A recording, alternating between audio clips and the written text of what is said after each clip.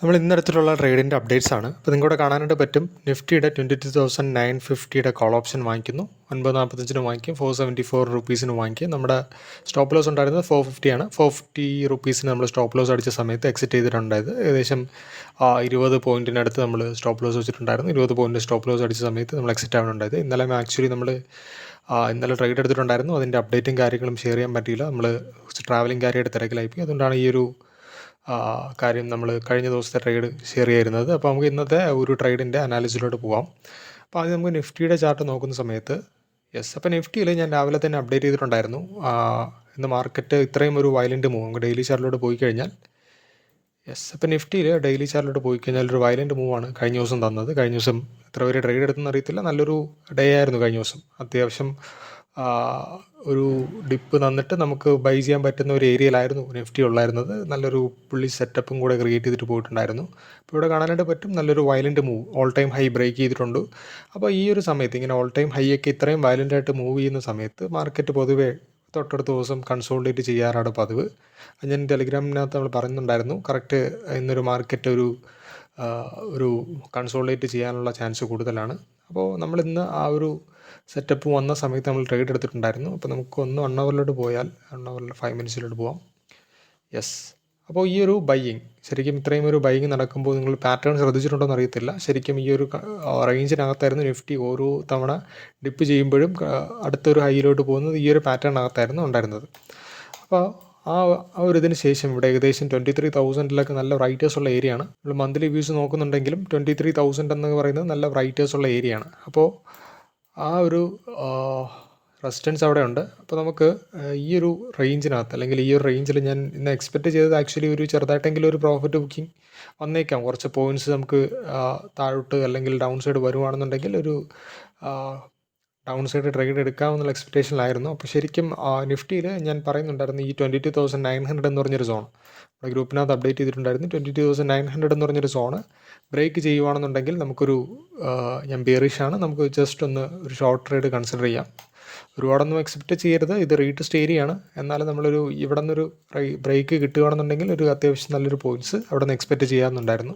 അപ്പോൾ ശരിക്കും ആ നിഫ്റ്റി ആ ഒരു റേഞ്ച് ബ്രേക്ക് ചെയ്യുന്നില്ല. പിന്നീട് നിങ്ങൾക്ക് കാണാനായിട്ട് പറ്റും ഈ ഒരു കൺസോളിഡേഷൻ റേഞ്ച് ഇത്രയും കഴിഞ്ഞ ദിവസത്തെ ആ ഒരു റേഞ്ചിൽ നിന്ന് ഇവിടെ ഒരു ബ്രേക്ക് സംഭവിക്കുന്നു.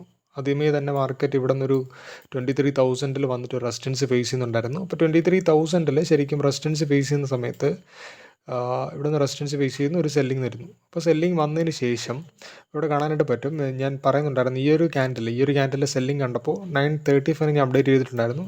23,000 എന്ന് പറഞ്ഞൊരു സോണ് ബ്രേക്ക് ചെയ്യുവാണെന്നുണ്ടെങ്കിൽ ഒരു ലോങ് എൻട്രി കൺസിഡർ ചെയ്യാമെന്നുള്ള ഒരു പ്ലാനിലായിരുന്നു. പക്ഷേ 23,000 എന്ന് പറഞ്ഞൊരു സോണ് ബ്രേക്ക് ഉണ്ടായില്ല. പിന്നെ അത് ആ ഒരു സോണിൽ നിന്ന് അവിടെ നിന്നൊരു സെല്ലിംഗ് വരുന്നു. ആ ഒരു സെല്ലിംഗ് വന്നതിന് ശേഷം നമുക്ക് കാണാനായിട്ട് പറ്റും ഇവിടെ തിരിച്ച് വീണ്ടും വന്നിട്ട് ഈ റേഞ്ചിൽ സപ്പോർട്ട് എടുക്കുന്നതായിട്ട് കാണാനായിട്ട് പറ്റും. അപ്പോൾ ഈ സപ്പോർട്ട് എടുക്കുന്ന സമയത്ത് ഞാൻ എൻട്രി എടുത്ത പോയിന്റ് എന്ന് പറയുന്നത് ഈ ഒരു ക്യാൻഡിൽ 940 ഈ ഒരു ക്യാൻഡിൽ എൻട്രി എടുക്കുന്നു. ജസ്റ്റ് ചെറിയൊരു സ്റ്റോപ്പ് ലോസ് ഉണ്ടായിരുന്നു 20 പോയിൻറ്റിന്. ആ സ്റ്റോപ്പ് ലോസ് ഹിറ്റ് ചെയ്ത സമയത്ത് നമ്മൾ എക്സിറ്റ് ആയിട്ടുണ്ടായത്. ഏകദേശം നമുക്ക് ഇവിടെ കാണാനായിട്ട് പറ്റും ഞാനിന്ന് ഈ ഒരു ക്യാൻഡിൽ അല്ലെങ്കിൽ ഈ ഒരു സപ്പോർട്ടിൽ ടെസ്റ്റ് ചെയ്തിട്ട് തിരിച്ച് ഈ ഒരു ബ്രേക്കായിരുന്നു പ്രതീക്ഷിച്ച് 23,000.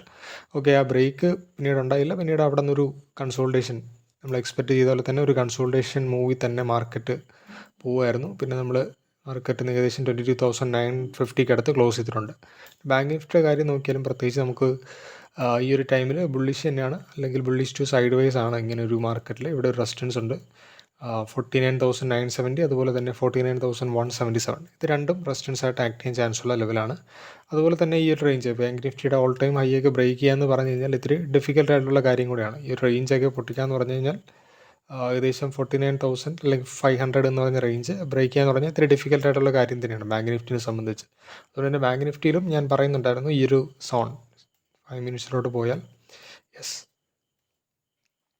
ഈ 49,650 എന്ന് പറഞ്ഞ റേഞ്ച് പൊട്ടിക്കുവാണെന്നുണ്ടെങ്കിൽ ഡൗൺ സൈഡ് നമുക്കൊരു ഷോർട്ട് എൻട്രി അല്ലെങ്കിൽ ബീറിഷ് വ്യൂവിൽ നമുക്കൊരു ട്രേഡ് എക്സിക്യൂട്ട് ചെയ്യാമെന്ന് ഞാൻ പറയുന്നുണ്ടായിരുന്നു.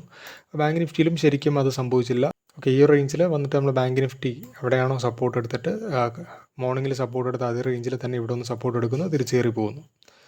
ഇതായിരുന്നു ബാങ്ക് നിഫ്റ്റിയിൽ ഉണ്ടായിരുന്നത്. അപ്പോൾ ഈ ഒരു ക്യാൻഡിൽ ഇവിടെ നമ്മൾ ഡേ ഹൈ മാർക്ക് ചെയ്തിട്ടുണ്ടായിരുന്നു. അപ്പോൾ ഡേ ഹൈ എന്ന് പറയുന്നത് ഡേ ഹൈ എന്ന് ജസ്റ്റ് ഈ ഒരു റീടെസ്റ്റ് ചെയ്യുന്ന സമയത്ത് 9:40 ഇവിടെ നമുക്ക് ബാങ്ക് നിഫ്റ്റി റീടെസ്റ്റ് ചെയ്യുന്നുണ്ടായിരുന്നു.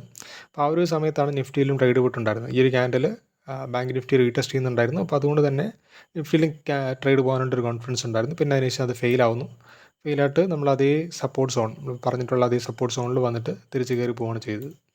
ഇതാണ് ഇന്നത്തെ ട്രേഡ് എന്ന് പറയുന്നത്. ഇതിന് നമുക്ക് നാളെ അല്ലെങ്കിൽ പുതിയൊരു ട്രേഡ് കിട്ടുവാണെന്നുണ്ടെങ്കിൽ, പുതിയൊരു ഓപ്പർച്യൂണിറ്റി കിട്ടുവാണെന്നുണ്ടെങ്കിൽ പുതിയൊരു വീഡിയോ വീണ്ടും കാണാം.